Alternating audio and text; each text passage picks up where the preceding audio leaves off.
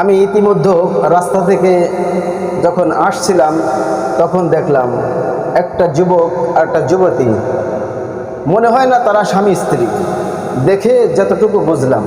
কিন্তু এইভাবে যদি আমাদের সামনে পড়ে, অথবা আমার যুবক ভাইয়েরা, আমার কলিজার টুকরো ভাইয়েরা, এই ভাইয়েরা যখন রাস্তা দিয়ে তারা স্কুলে যাবে, কলেজে যাবে অথবা মাদ্রাসায় যাবে, তাদের সামনে যদি ঠিক এমনভাবে পড়তো, নিশ্চয় তারা পাশে যায় দাঁড়িয়ে হয়তো পিছন দিকে তাকিয়ে তাদেরকে দেখত। কারণ আমরা আল্লাহকে ভয় করি, এই জন্য আমার সামনে বেঁধেছে ঠিক ততটুকুই আমি দেখছি, তারপরেও চোখটা ফিরিয়ে নিয়েছি। অনেক ভাইরা হয়তো ফিরাইতে পারতো না, নফসের দোকায়, শয়তানের দোকায় পড়ে হয়তো ওই দিকে খেয়াল করত। এই জন্য আমি বলতে চাই, আমার যুবক ভাইয়েরা, কলিজার টুকরো ভাইয়েরা, এরকম ধরনের কাজ আপনারা করবেন না। এই কাজ থেকে সকলে বিরত থাকবেন।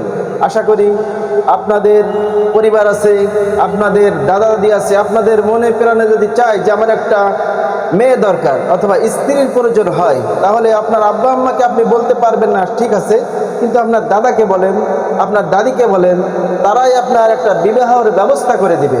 এই জন্য আমরা পরকীয়া করব না, এই দিক থেকে আমরা বিরত থাকব।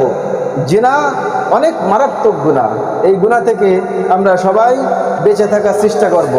যে কথাগুলো বললাম, এই কথার উপরে আল্লাহ তাআলা আমাদের সবাইকে আমল করার তৌফিক দান করুক। আমিন।